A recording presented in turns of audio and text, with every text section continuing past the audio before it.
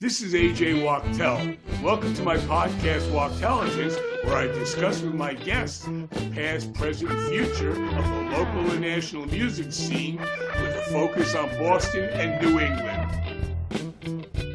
Today's episode, David Bieber, celebrated caretaker, curator, and collector of our generation's legacies, is about the iconic life and career of one of the most interesting individuals in the local music scene today, and for many, many, many moves, I might add.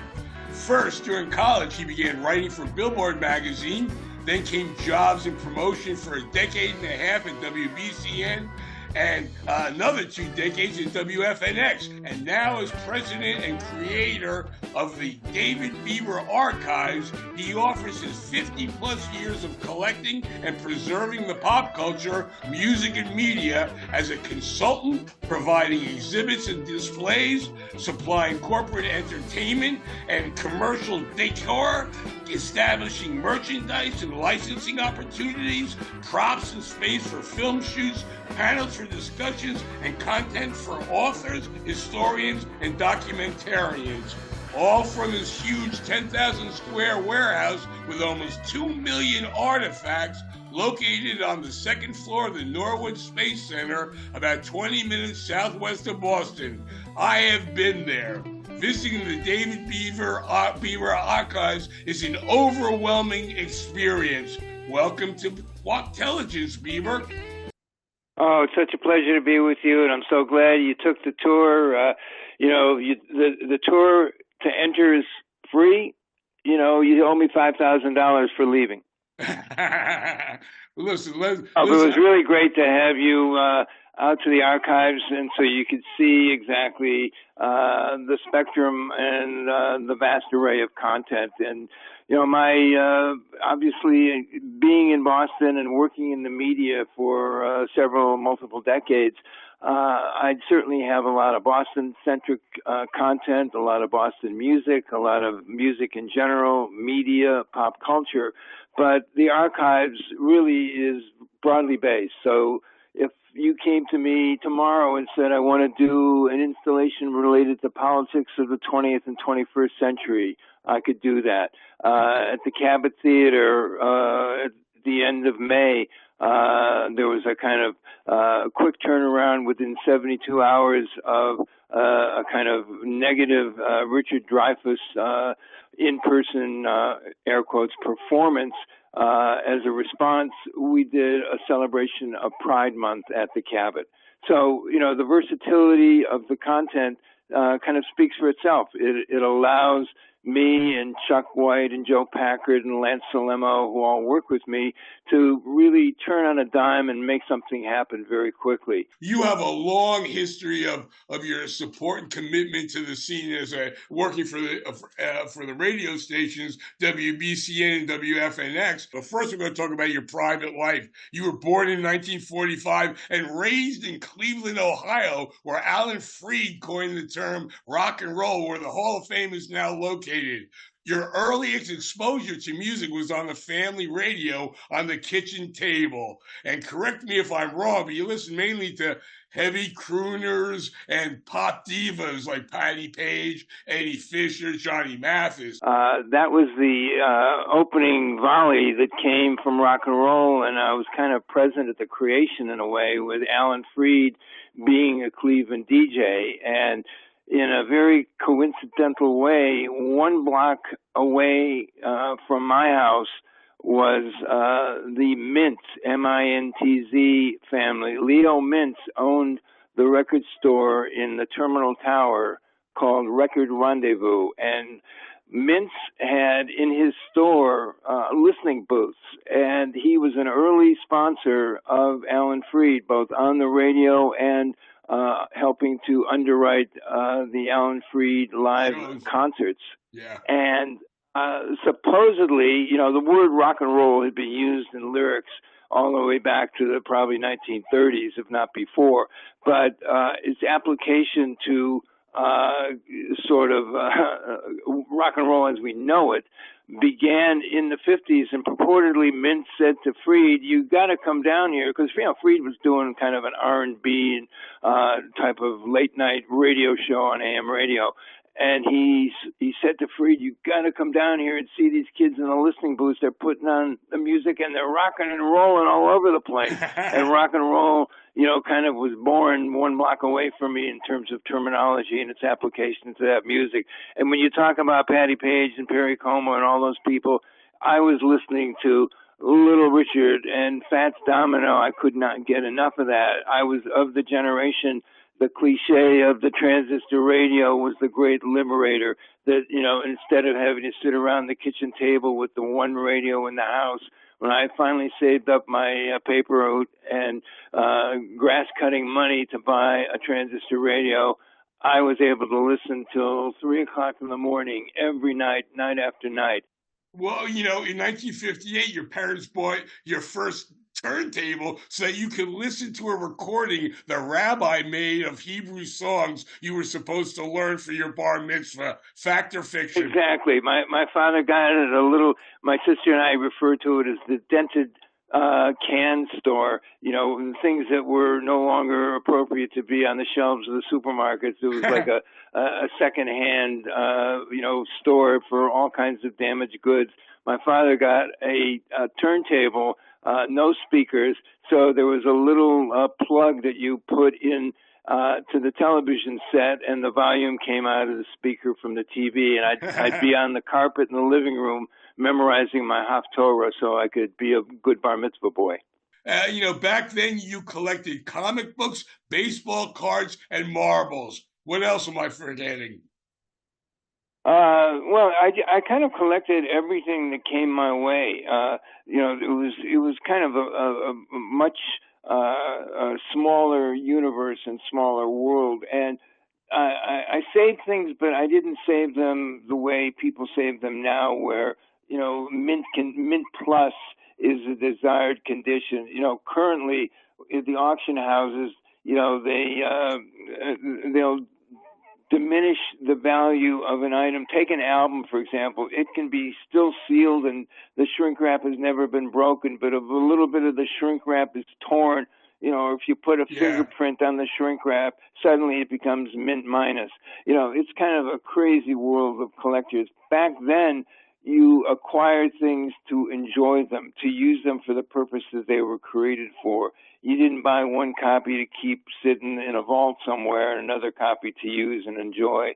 So, it was the baseball cards. The joke always is now that you'd get 6 cards for a nickel and a slab of gum, which meant each card cost less than a penny. Every time I see a penny on the ground, I look at that and I say that kind of represents a 1952 Mickey Mantle rookie card, which last year that less than penny investment went for $12.6 million. So it's all in the world of what other people estimate the value to be. I don't sell anything. The archives has many clients, but everything that's out there in the real world is on lease.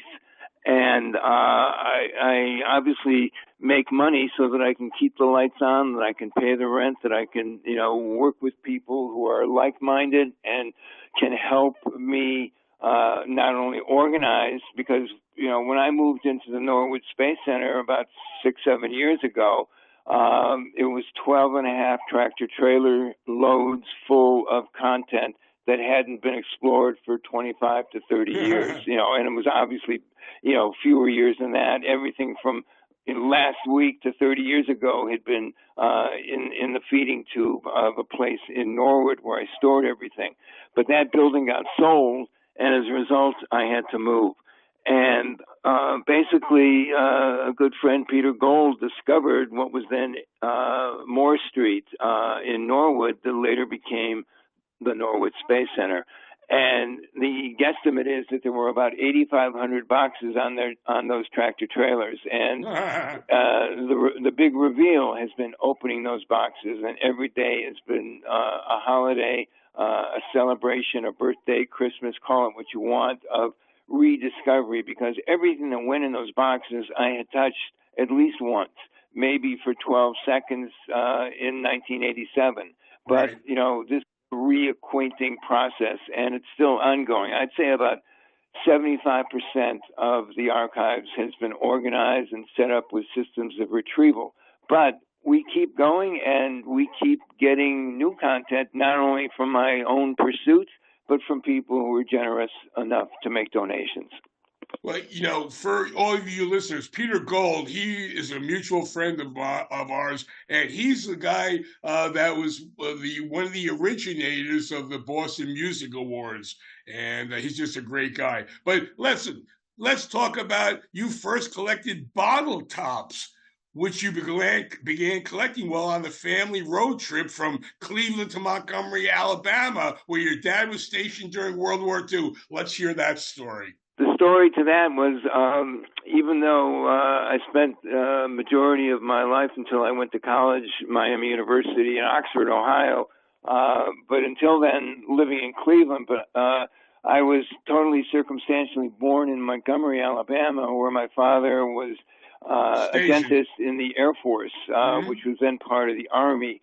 And even though I only spent a few months there, and then the family went back to Cleveland, my parents still had friends in Montgomery, so we did a road trip from Cleveland to Montgomery, and as we stopped at gas stations along the way, I would get a soda, and I would be fascinated by, you know, the soda machine would have a built-in bottle opener, and I would put my tiny 4-year-old hand into the little slot that held the bottle caps, and I'd be fascinated by the colors and the designs because they were regional brands along the way, and they weren't ones that we saw in the Cleveland, the supermarkets. In 1963, you enrolled at Miami University, you mentioned in Oxford, Ohio, as a business major. And after reading a notice in Billboard saying the magazine needed an on-campus correspondent, you contacted them and you worked for them for 4 years,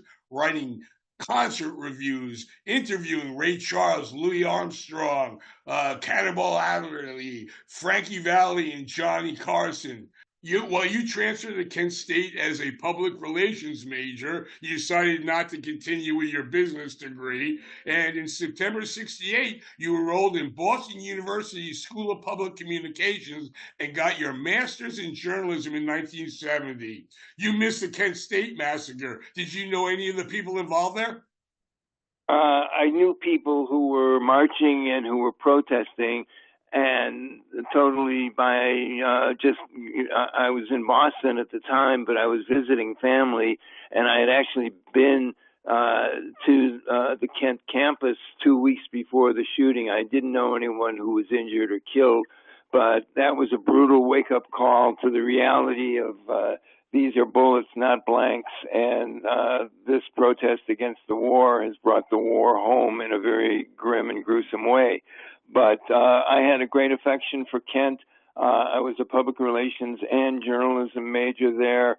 I was able to, get my degree there and, maintain my 2S student deferment, which kept me out of Vietnam. I feel very blessed to the head of the journalism department, his name was Merv Perry. I think he passed recently, but he made the phone call to David Manning White at Boston University in that pivotal summer of '68 that allowed me to go to Boston University without going through all the acrobatics of the paperwork. I was just admitted, and that kept me on the safe side of the war. Well, why did you think about coming to Boston? Out of all the places in the world, what was attractive about Boston in the late '60s to you? Well, number one, my sister Lorna, who's an artist in Manhattan, she had gone to Boston University starting as a freshman in 1967. Okay. So I had visited her I liked the city. The School of Communications at Boston University was very esteemed, and I needed to make a very quick segue from being an undergraduate to a graduate student. And I'm really, really glad that I did, because the things that were happening in Boston at the time was the origins of WBCN, the Boston After Dark, which later became the Boston Phoenix, where I later worked along with WFNX, were in their very early stages. It was, the youth culture of Boston was so evident when you walk the streets, as you do today, where you see this massive student population that keeps the city young and vibrant. So I totally, all elements just kind of coalesced. I didn't have a car. I didn't know the geography of Boston. All I knew was that I wanted to live adjacent to the School of Public Communications, which was on Commonwealth Avenue. So I went to 700 Com Ave, a towering dormitory. I live there on 9A. Oh, okay. Well, I looked at the bulletin board and I saw that there was a third floor availability at 180 Bay State Road, which was a 3-minute walk to where I had to go to classes. It was, I think it was $80 a month. And you just mentioned, Boston After Dark becoming the Phoenix and stuff. For your graduate degree thesis, you wrote a 150-page paper on the rise of alternative media. So, this was right up your alley. Just talking to you, I can see you must have been just so excited to be here. Oh, absolutely, because it just dovetailed so well with all of my interests. And my thesis was, on a reflection of how the underground media, whether it was underground radio, underground print, underground movies and films, how it would impact your traditional media, because traditional media was kind of caught off guard, and it was that whole youthquake generation that was flexing its financial muscle and beginning to really make an impact on society at large. I'm totally committed. I know that, you can get exactly what you want on, Spotify and Sirius XM and all that, but I am still, my gravitational pull is towards WMBR, the MIT station, WZBC, the Boston College station, WERS, which is Emerson's, WUMB, which is UMass, Boston's radio station. And they were all the alternative media back in 1970, and they're still like that. Exactly. And the beauty, too, is that you're not listening to a lot of commercials that irritate you or are trying to sell you things that you either don't want or would pollute you. So the great thing is, and they have very active and very engaged disc jockeys who are living the life, even though they may not even be affiliated with the university that holds the license for the call letters. The radio stations, they're still very freewheeling and adventurous. WBCN closed down in 2009 after a very lengthy run. WFNX was sold to iHeartMedia in 2012. It's a country station now. When did you first see the demise of radio in the Boston area? Well, I think that there was a kind of depth that was reached around the turn of the century, 1999, 2000, 2001, where you had all these kind of angry suburban white boy, hard rockers who had a lot of complaints and a lot of aggro, but not really a lot of justification for that. And you can blithely categorize it as the Limp Bizkit era. WFNX in particular rebounded from that. The big mistake that FNX made around 2000, 2001 was chasing after that audio stupidity and basically competing with WAAF and WBCN as to who could out-metal each other.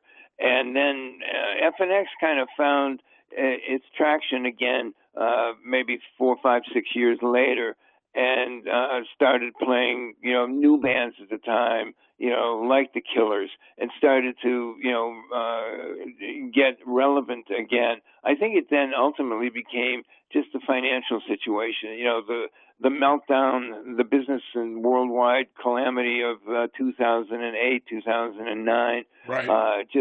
And coupled with new media, new technology. That really, as much as Stephen Middich, who was the owner and a good friend of mine, who owned WFNX and the Boston Phoenix and various other publications and business enterprises, he took a financial hit in stocks. The technology, as much as the Phoenix Group was up to date with their classified ads and their phone services, the 900 numbers and all that, in terms of getting anything in the so-called civilized world that you could plug in and retrieve connections, and things like Craigslist killed the classified business. Display advertising was getting hoovered up by Facebook and other, obviously other. They weren't new necessarily. So what's alternative media in 2024? Well, I think I can kind of take the pulse of so-called alternative by noticing. I've always gravitated towards the street boxes with publications. Right now, I think the only street boxes that I see, and this is a real hunt and search and retrieve, would be, for publications like the Bay State Banner or Bay Windows or the South End News. But just about everything is gone. I mean, everything that you want to get information from is in that box that's sitting on your lap or, on your desk. Or we talked about college radio a little earlier. I think that's a great source of information, musically, culturally. That gives me a sense of the pulse. But in terms of a lot more things have been vanquished by technology than have been brought to the surface. And you have to go online and find out what serves your needs and kind of dovetails with your interests. I can't tell you how many events that I go to and I tell people, I saw Fred Wesley at City Winery a week ago, and people, I would have loved to have gone. I wish I'd known. And if they know that that I was affiliated with the Boston Phoenix or FNX, they bemoan the fact that there isn't that central clearinghouse for information that allows them to be 1 week ahead as opposed to being 1 week behind. Right. So, there is still an underground. There are still music house parties in Alston, but you really have to search and you really have to, put your finger in the wind and figure out which way it's blowing. They have Porch Fest in Jamaica Plain, in Cambridge. I think that's a great thing to do. Go out and see 4 or 5 bands. It reminds me of my old job in the 80s, going to a few nightclubs at night and seeing 6 bands a night, All right, let's get back.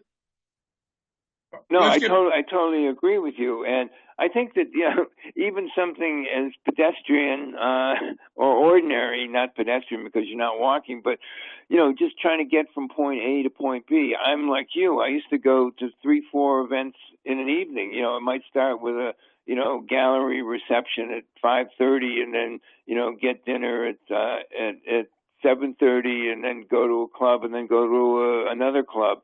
The logistics of getting there, the traffic, the parking, there's a big aggravation factor. I have one of the venues that I have an ongoing relationship with is the Cabot Theater in Beverly, working with Casey Sword. It's terrific, but I've learned that to get from my house in West Roxbury up to Beverly. If I time it appropriately, I can get there in under an hour. If I want to go to the Regent Theater in Arlington to see Leland Stein, what he's presenting, I almost have to allow the same amount of time. Right. Psychologically, I'm not prepared to think to go from West Roxbury to Somerville or Arlington could take 45 minutes to an hour. Liz, let's say you were in 1969, we're just talking about billboards. In 1970, you showed your thesis, your 150-page thesis, to the assistant general manager at Boston University's WBUR, and you became the station's music director. You know, I brought this up before. That's another thing we have in common. I went to BU too. When I lived in Miles Standish Hall, I lived there 3 years. You were talking about Bay State Road, and I'm smiling. But I think you know David Alexander, a mutual friend of ours. He worked for BCN for a while. He was the DJ at WTBU at Boston University in the basement of Miles. And yeah, I know. That was the kind of AM carrier current radio station for Boston University. And yes, I know David Alexander really well. He was a dear friend, not only at WBCN, but when he worked at the Channel nightclub. Right. And, you know, we were always getting together and concocting great promotions and doing our stealth damage and having a great time doing it. I hope he hears this, because big shout out to David Alexander, one of the good guys of Boston rock and roll community. But yeah, I mean, so BUR was the FM station licensed to Boston University. I think that the WTBU was more a learning experience for students and hands-on opportunity. And some of those people migrated to WBUR. But my first adult job was, you know, air quotes around the adult, because, you know, I don't know if I've even made that yet. But Clark Smith was the assistant general manager. He read the thesis. He hired me, and it was off to the races at that point. That I thought at the time, you know, I got my master's. Boston is far too talented a city and too small of a city to be able to stay, and I thought I'd have to go to New York or Los Angeles. But within a couple of weeks after getting my master's, I had that job, and from that point on, it was only a year plus at BUR, but in that year, the people who came to be on the air, and I would do interviews with a good friend of mine, John Hockheimer, who had a radio program called The Other Side that went from midnight till 5 a.m. And among the people that we had on the air that we would have an open-ended interview with, you know, one of the first ones was an interview that went about 4.5 hours interspersed with music, was Paul Kantner from the Jefferson Airplane. We did 2 hours with David Bowie, who was on a tour of the media. He didn't even have work papers to perform in America. That's how early in his career it was. He was still, you know, wearing the man dress.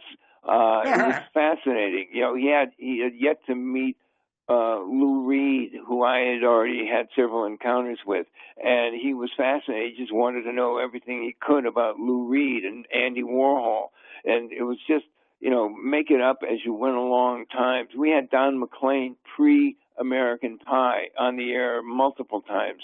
It was, you know, Andrew Loog Oldham, who was the Rolling Stones producer and manager, had just struck a deal with Motown to have a rock subsidiary label. He came by. B.B. King.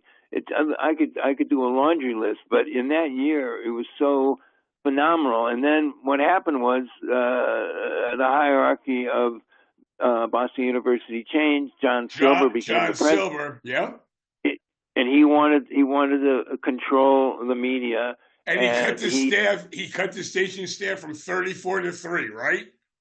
Right. And it was so painful because we were doing so much and the momentum was so much in our favor. And I was kind of adrift for a little while, but because of the relationships as music director that I had made with various promotion people representing the record companies, I was able to segue nicely into another job at a company called Music Promotions, and we did all the creative work, advertising, and marketing for Warner Electra and Atlantic, yeah. And the Orson Welles Cinema and New England Music City and Cheap Thrills record retail stores. Under the banner of Music Promotions, that's where I first encountered Jonathan Richmond, David Robinson, Ernie Brooks, and Jerry Harrison, which at the time they were known as the Modern Lovers.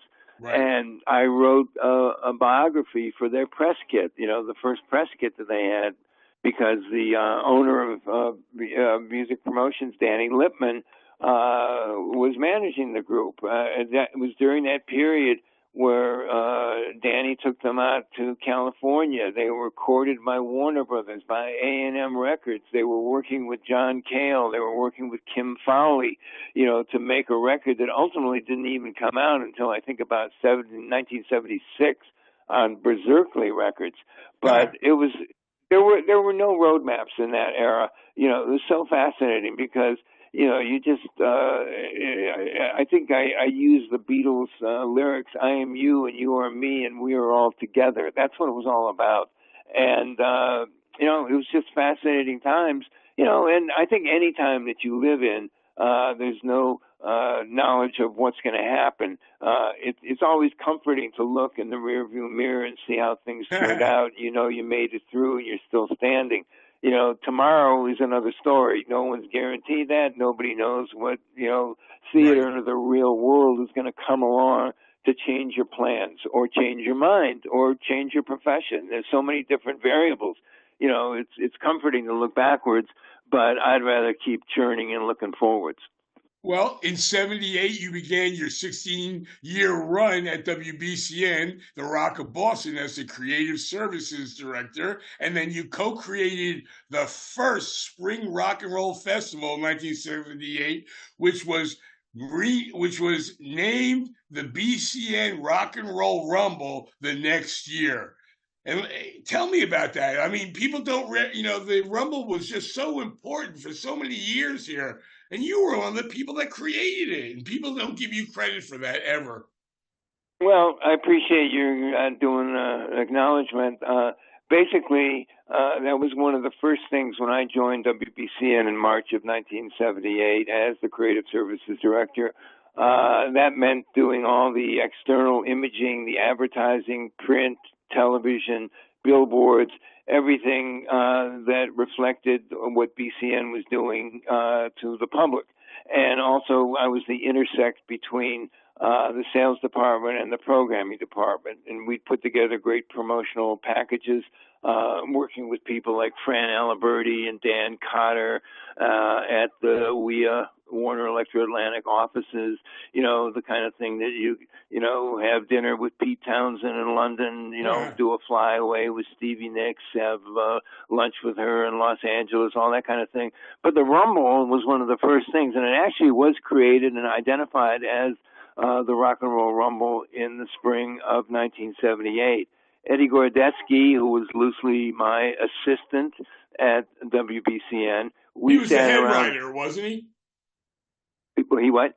Was he the head writer? He was actually writing for Charles Laquadera's Big Mattress Show, and he was one of the voices and one of the co-creators of Dwayne Ingalls Glasscock, and that regular show that Charles Laquadera put out on WBCN, his alter ego, who was really a test tube creation. But Eddie, as we would sit around and come up with ideas, we didn't want to do a traditional battle of the bands that had been done to death.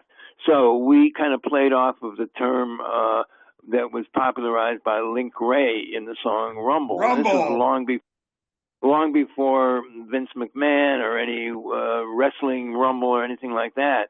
We came up with the Rock and Roll Rumble. The first one was done, I think it was in April of 78. And it was done at the In Square Men's Bar, parentheses, ladies invited. And we did it with Marshall Simpkins, who was the owner of the In Square. And it was such a low budget affair that I had to discuss with Marshall would WBCN or would the InSquare be paying for the pencils for the judges to use? Well, you created it not so much as a competition as an event that celebrated local music.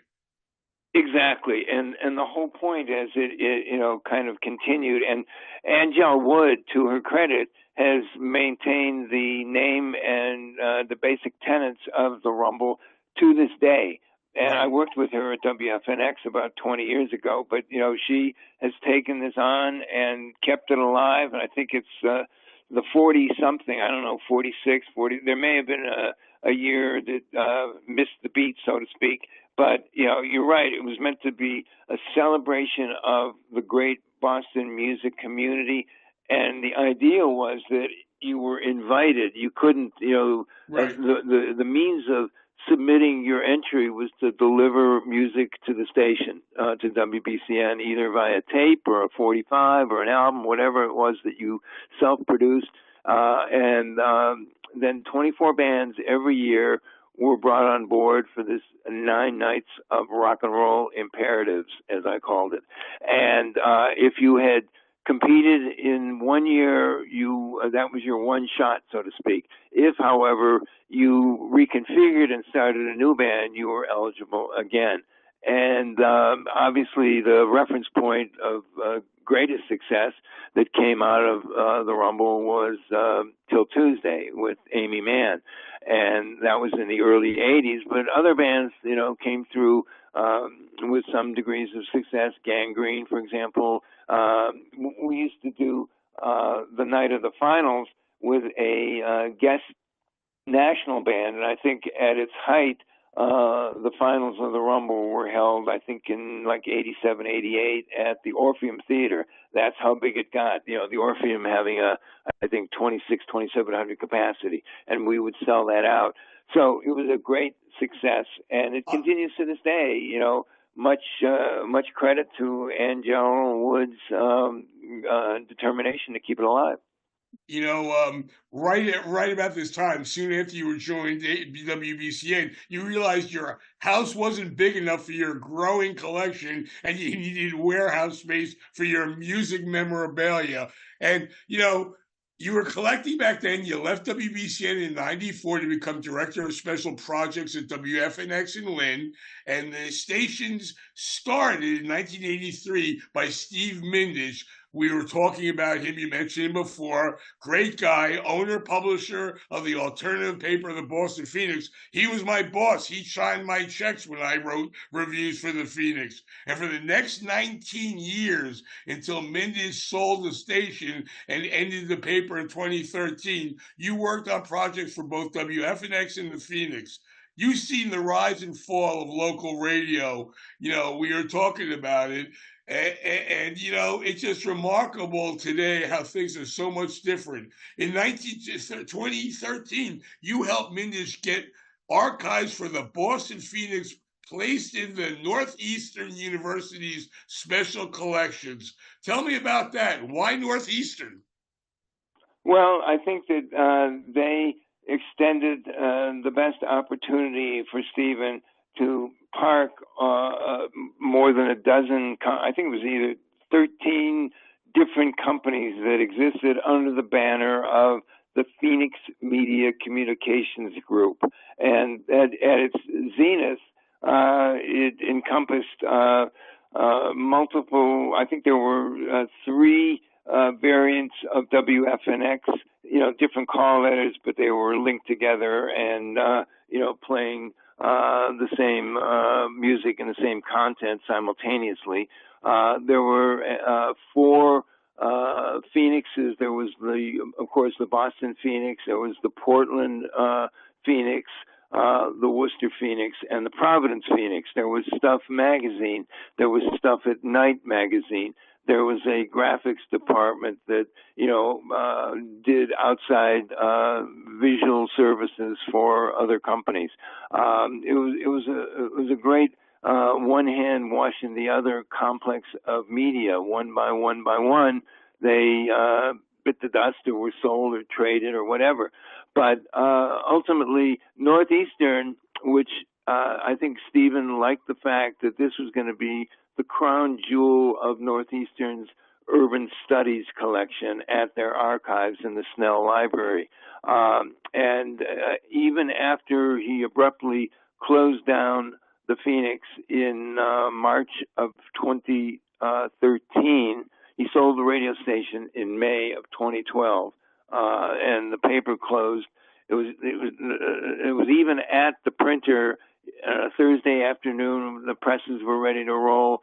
Elizabeth Warren was going to be on the cover, and Stephen convened the entire staff on a Thursday afternoon and told people, "This is it. We're closing down." And you saw the frenzy because the immediacy of people gathering up their belongings. You know, some people who were living paycheck to paycheck, they had to have a new job by Monday. You know, they had to clear out their and, you know, update their CV and their resume and all that. So anyhow, subsequent to that, being a lifelong friend of Stephen's, I worked with him for about 8 months on the transference of all of the content.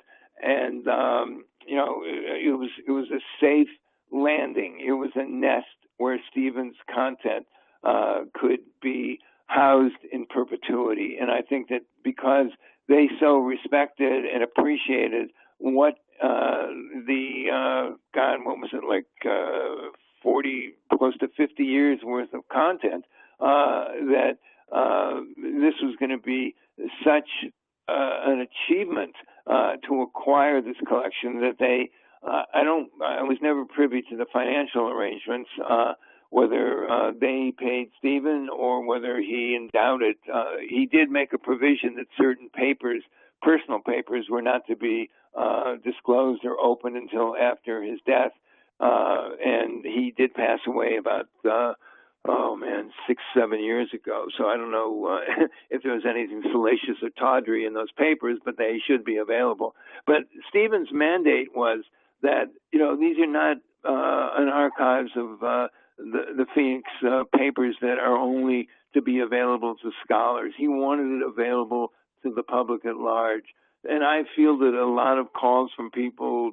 Someone will call me and say, "Oh, my uncle wrote a number of articles for the Boston Phoenix in the 1970s. You know, how would I access them?" And I would, you know, tell them frankly, I probably have the issue or issues that you're looking for, but you know, it would take a little search and retrieve for me to find them.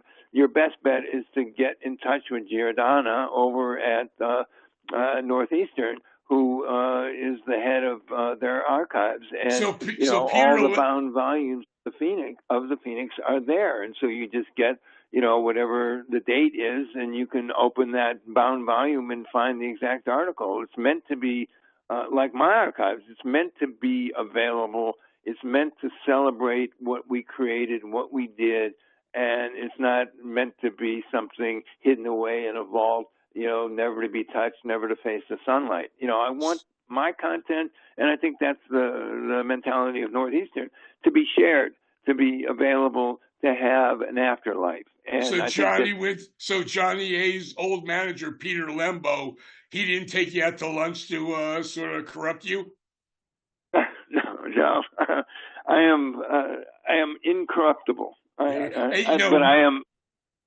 What would he do to corrupt people? Well, Peter Lembo, I just wanted to get his name in this episode, and you mentioned Northeastern. But Mindich, getting back to Mindich, he introduced you to Steve Samuels, the owner of Howard Johnson's Motor Lodge Inn on Boylston Street, which he was converting into the music-inspired Verb Hotel. And you and Samuel struck a 5-year deal, and you expanded it to 10 years shortly after for items to be displayed in the lobby. You brought that up a few minutes ago. Tell me about the stuff that you have in the Verb Hotel, and what have you displayed there so far, and what do you have displayed planned for the future? Well, that's one of the great benefits that Stephen Mindich gave me. He, this was kind of at the end of the transference of all the Phoenix media to Northeastern. I spent probably 8 months working with him on that, just out of friendship. You know, I didn't have a job. I was kind of liberated from the day-to-day, and, you know, I kind of was doing the kind of things that you do when you have leisure time. I would go, it was fulfilling deferred gratification. I would go to the MIT Museum for an afternoon and look at the kind of history of holograms and things like that. That were just fun experiences. But I got a call from Stephen Middich, who was in January of 2014. And he was still kind of acting like a boss. He said, okay, a meeting has been set up at 333 Newbury Street, and you're going to meet Steve Samuels, who's a personal friend of mine, and I own property with him, and he's a great developer, and he's got a concept for a property that he just acquired. Well, it turned out, I went to the meeting, and, Steve Samuels truly had a rock and roll heart and a rock and roll sensibility. He just acquired the Howard Johnson's Motor Lodge or hotel, whatever you want to call it, at 1271 Boylston Street, which was right next door to where I had worked at WBCN, 1265 Boylston Street. And he had the vision of converting that hotel into a celebration of Boston music, Boston media, Boston pop culture. In the vicinity of that Fenway area, you had recording studio. David Minahan's original Woolly Mammoth was kind of diagonally across the street. There were, rehearsal studios down at the end where Steve Samuels' Pierce building is now. BCN, like I said, was located right next door for a long period of time. Around the corner on Brookline Avenue was the home office of the Boston Phoenix. Around another corner was Lansdowne Street. Down in the Kenmore Square area was the Rat, and so many other touchstone reference points that related to why what subsequently became known as the Verb Hotel would have merit of putting those kinds of referential archive material into this hotel.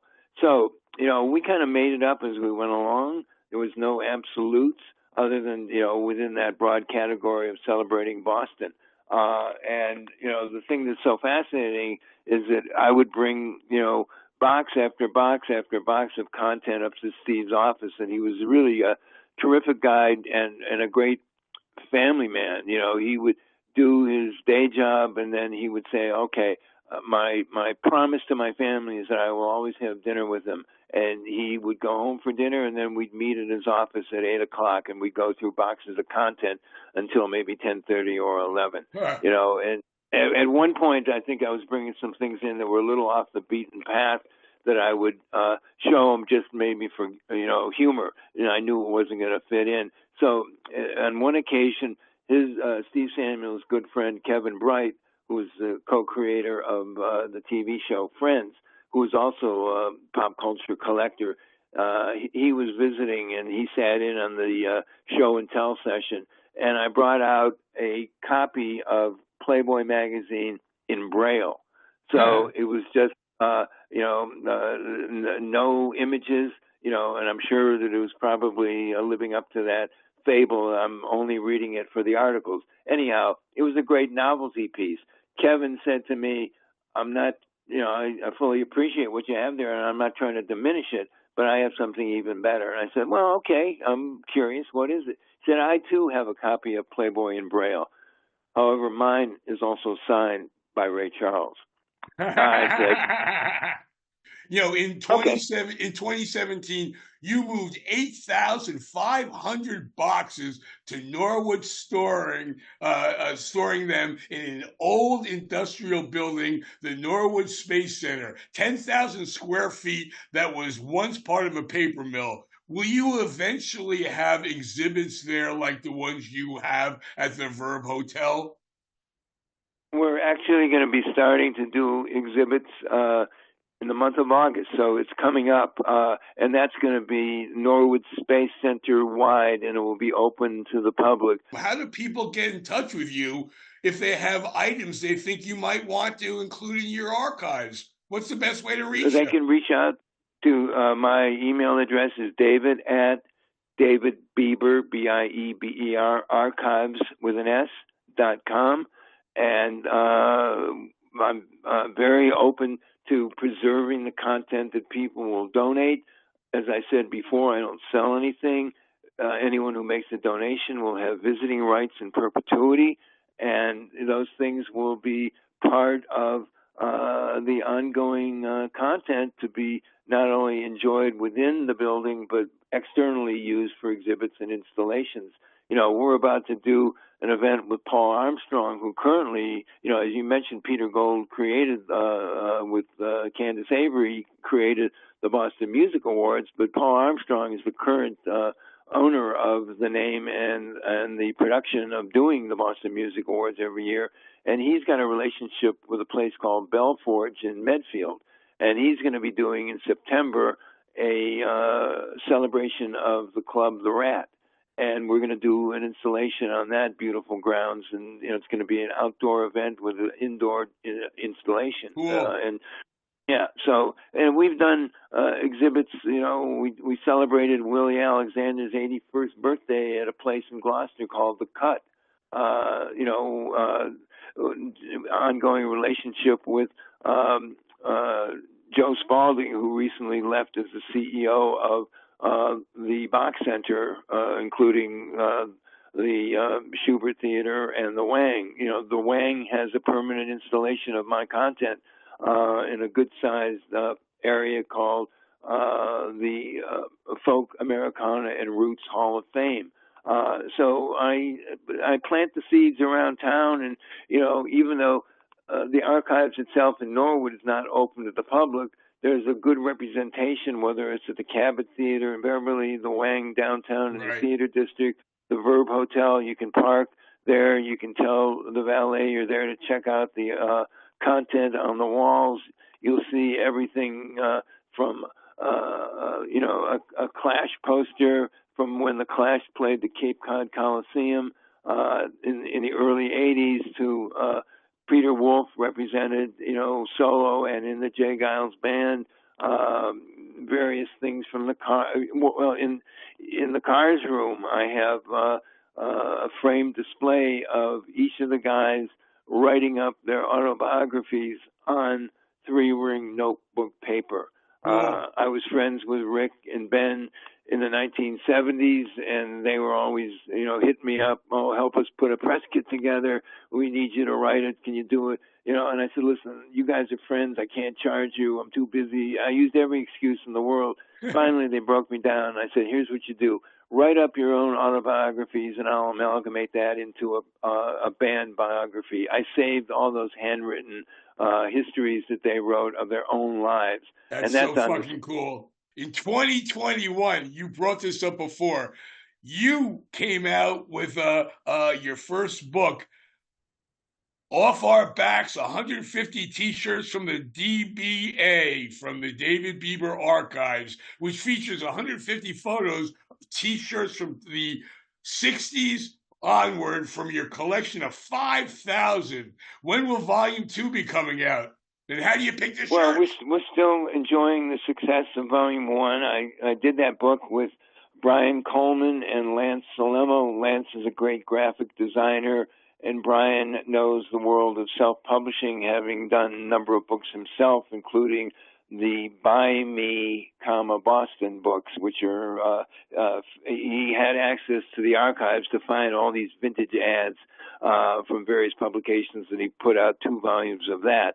So the three of us put this book out, and it's as much a calling card of representation of a particular category. It's really important to know that the archives, yes, has T-shirts, has rock and roll T-shirts, but the T-shirt category is almost emblematic of the totality of the archives. Yes, we have music and we have media and we have pop culture, but we also have everything else. If you want to celebrate Halloween, if you want to celebrate Christmas, we've got the goods. If you want to do an installation related to outer space, if you want to do a politically oriented exhibit, if you want to, do a history of matchbook covers, we can do it. Sports, You know, food I don't packaging. think people realize that you have vinyl albums, 45s, cassettes, 8 tracks, reel to reel, VHS videos, CDs, DVDs, concert posters, record store displays, promo material, t-shirts, ticket stubs, backstage passes, instruments, fanzines, autographs, and photos. You have the two huge sticker covered doors from WBCN's radio station. I saw them myself. You even have non music stuff: books, magazines, newspapers, political banners, comics, press kits, artwork, theater displays, toys, games, bottles, bottle caps, trading cards, cans, signage, television, stereos. You mentioned all this: radios, telephones, clothing, dolls, furniture, packaging, and loads of other cool stuff. And it's just so amazing. I spoke to Superscribe Steve Morse from the Globe, and now teaching rock and roll at Berklee College of Music. And he said David Bieber's archives are a massive treasure trove of Boston history. Anyone with a passion for the arts will be stunned by the literally thousands of items he has stored away, from newspapers, magazines, and theater programs to press releases, posters, records, instruments, and just about anything else that passed his way when he worked for years at local rock stations WBCN and WFNX. It's the most important collection of arts memorabilia in the entire Boston area. Care to comment? Well, Steve is a dear friend. We go back a long ways. He and Jim Sullivan were, both terrific writers for the arts section of the Boston Globe. I appreciate all of his comments, and the only thing I would say, without checking my ego at the door, is that certainly in the Boston area, but the reach and the content is well beyond the greater Boston area, both in terms of content and I think recognition and acknowledgement.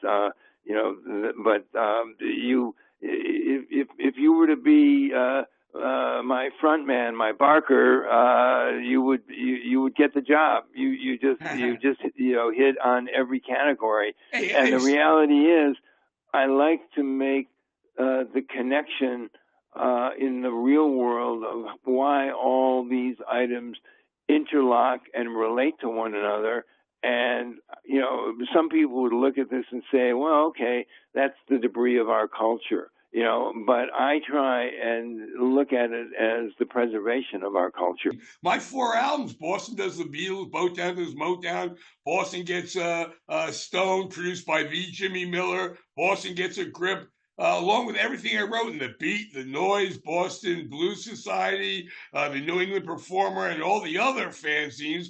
It's neatly stored in your facility, and it just stuns me. You've been quoted as saying the archives are not open to the public, but you want them and the contents to be available as possible. And that's exactly what it is, and that's exactly what you said 5 minutes ago. Let me just say, just in the final few moments, you have probably 125,000 vinyl LPs and 45s. Did an artist ever give you something right after a tour? And another question is, did an artist ever ask for anything back? They haven't asked for anything back, but they certainly have given things. A small example, last year, Evan Dando from the Lemonheads had just finished up a couple of sold-out shows at the Paradise, and he and his girlfriend, who I understand is going to become his wife, were visiting the archives along with Curtis from Tang Records, and they had never been up there before, and they were completely ricocheting off this wall and that corridor and this shelf and that display case, and they were having a great time. Evan and his friend were leaving for South America the next day, so they can only spend, I think, like 2.5 hours there. They promised, they said, make sure that we can let us come back. We really want to spend some time here.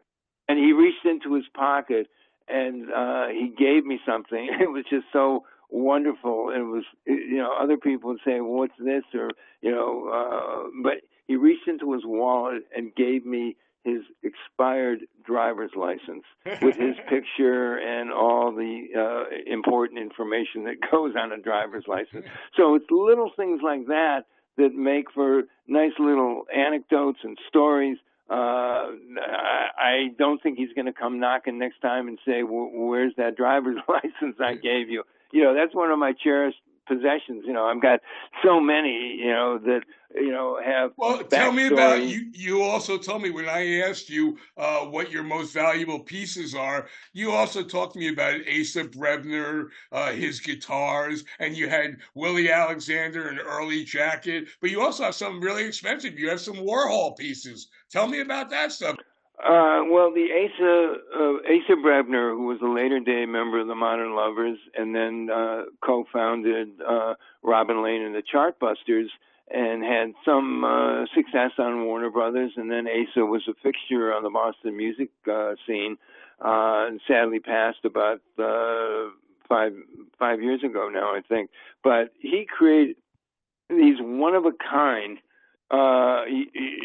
works of art. He used guitar bodies as a canvas, and then he affixed all of these objects, found objects, everything from Happy Meals toys to skeleton heads and religious items and toys and trinkets and everything under the sun to create. And I've got a number of his guitars on display at the archives, as well as other just spectacular works of art. He has a vertical piece that's probably 10 feet high by about 3 feet wide, and it starts at the bottom and goes to the top. It's a history of America's wars and conflicts, and it's just fascinating to look at how his fertile mind created this real object of art. In terms of Warhol, back when I was at BCN, and that was always the great thing. You never knew who was going to show up on any given day. And I'll give you like an extreme example, just in terms of getting photographs with the person and also getting items autographed. One day at BCN, no lie, Jimmy Carter showed up. He was with Secret Service because he had a book out, and he was appearing on Matt Schaefer's Boston Sunday Review program, which was being taped in advance because Jimmy Carter, I guess, was not available at 8 a.m. on a Sunday morning. So Jimmy Carter was there. We were doing a big promotion with the Institute of Contemporary Art, who was then the head of it was David Ross, and he brought in David Byrne, who at that moment in time was on the cover of Time magazine, being proclaimed America's new Renaissance man. And then also that same day, Mary Wilson of the Supremes had the first of, I think, 3 memoirs that she wrote, and she was in promoting her book as well. And that was just one day at BCN. One of my favorite photos was with me and Mary Wilson and Mark Parento, and I kind of had the momentary inspiration to do the hand out with the palm facing the photographer, doing "Stop in the Name of Love." And that photo wound up, I think, in maybe close to 20 different publications, consumer press, as well as trade publications, because that was one of the things I did, was send out promotional photos about what was happening at WBCN. So, but, through the years, as they would say, the great, the near great, and the ingrate would show up at WBCN. And one of the great moments was when Andy Warhol came to the station. And he was on a promotional book tour. It was probably 86. I think he died in 87. So, there were just, he went from office to office, and in his own curious way, I can still distinctly hear him saying, "You people have the most interesting offices," because we did. We had shelves and shelves of mementos and artifacts and collector's items, And I had, among other things, I knew he was coming, so I brought in a number of things to be signed, and books and ephemera. But I also had a poster that was given to me. My girlfriend at the time, Donna Donovan, had given me a poster from a German exhibit of an Andy Warhol display of content, and the image on the poster was a huge Mickey Mouse done in Andy Warhol's treatment. And I broke the shrink wrap, and right above his lithograph signature, I gave him the Sharpie. He signed it, and the publicist who was traveling with him said, "Well, that just went up $500 in value." And finally, of course, he died the next year. That's a one-of-a-kind item. I don't know that, certainly there's the Warhol Museum in Pittsburgh. They've amassed a tremendous amount of his content. But, you have to remember that, he was very significantly collected throughout his life. But after his death, the prices just zoomed. And like I said earlier, I don't sell anything, but I do monitor the marketplace. Well, I've heard you say your most prized piece was a 1964 Meet the Beatles record store window display with Beatles heads on a motorized piece, and it has 2 heads of George and 1 of John. What do you think it would go on? What do you think it would be worth on eBay today? Oh God! Well, I look at eBay. I've never. I think I bought a couple of used books on eBay, but it wasn't collectibles. That would be something if it went for sale, which it isn't. But if it did, it would go to an auction house. Our auctions in this area, a company called our Auctions and Bobby Livingston are a great resource for somebody who wants to sell collectibles of any kind. Whether you have a lock of George Washington's hair or a lock of David Bowie's hair, and everything in between. But no, I wouldn't ever use eBay for something like that. The sophistication of the marketplace is such that auction houses really have developed these incredible lists of collectors that they can make aware of what's going up for sale. And to really go out into the stratosphere of prices, all you need are 2 people who want the same thing.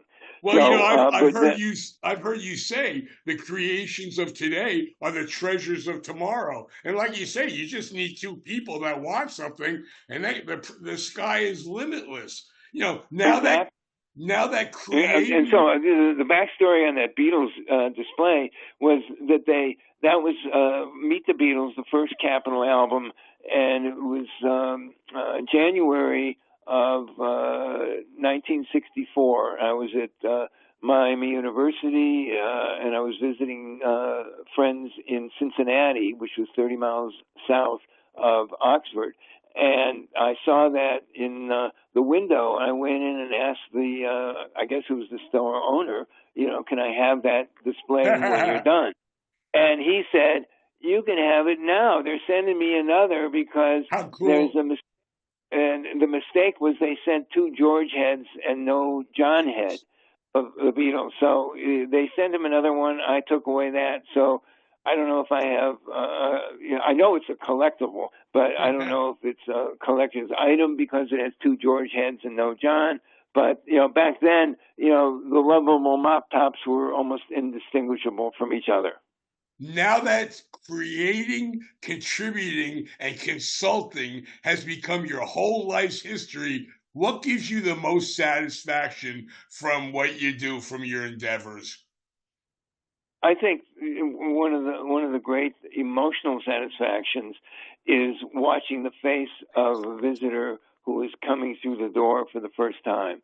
I love watching the jaw drop. I love the eyes opening wide.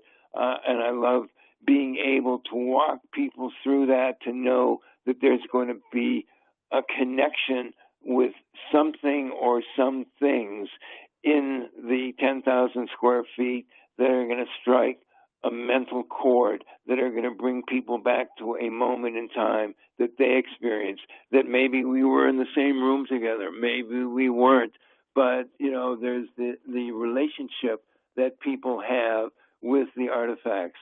They, for the most part, they don't know what they're going to be confronted with when they come in through a relatively neutral front door. There's no pizzazz. I have a small sticker on the door. I want to be as generic and anonymous as possible, but once they walk in, I get a thrill out of them getting a thrill. That to me is exciting. I love it when I do an installation, like I said, at the Cabot Theater, that Chuck White and Joe Packard and I were able to turn around a Pride Month installation in under 3 days.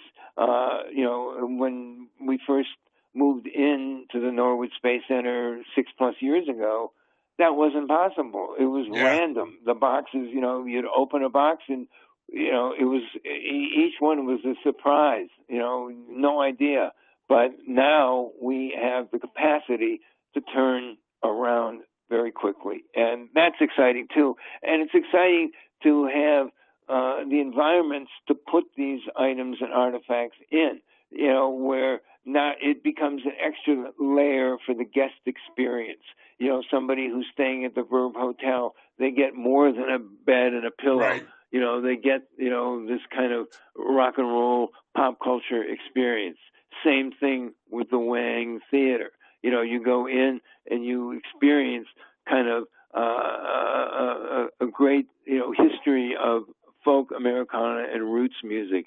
On the third floor, for example, at the Wang, there's a history of Boston music that we've contributed everything from an Arthur Fiedler album from the Boston Pops to a photo-identified jacket worn by Rick Ocasek from his private wardrobe. So those are the kinds of things when I run into people who tell me they saw an installation or a display and they were moved by it or they had an emotional connection to it. That, gives me a lot of pleasure. And, even the idea of being contacted by record companies now, because I have significant collections of live broadcasts that most recently I worked with Universal Music on an Aerosmith project where they're re-releasing the first Aerosmith album in mono and stereo, and also a live recording that was broadcast on WBCN from Paul's Mall in 1972. So we had that tape, a better version than what Universal had. Universal has the Aerosmith catalog because I think Aerosmith reclaimed it from Columbia, and now they have their own custom label. So that'll be coming out with a probably 64-page booklet that features artifacts from the archives. We were contacted by Rhino Records. They were looking for a live broadcast of an ephemera of the Cars from the Paradise as well, just on the cusp of when their first album was coming out in June of 1978. So, just to be called on because we have the resources and the word is out.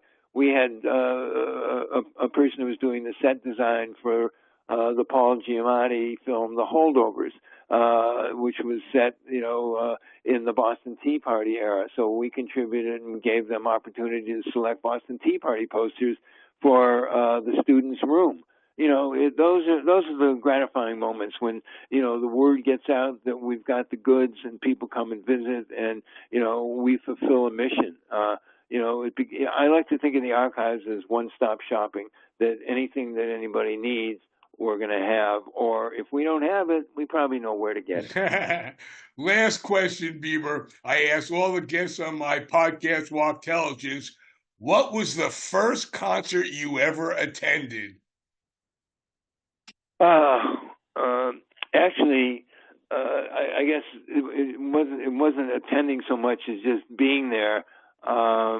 The first show that I saw was in junior high, Wiley Junior High in University Heights, Ohio, in the era when acts went on promotional tours. They were brought around by the local top 40 station DJs. And the first show that I saw was the assembly after school that featured the Everly Brothers. Very cool.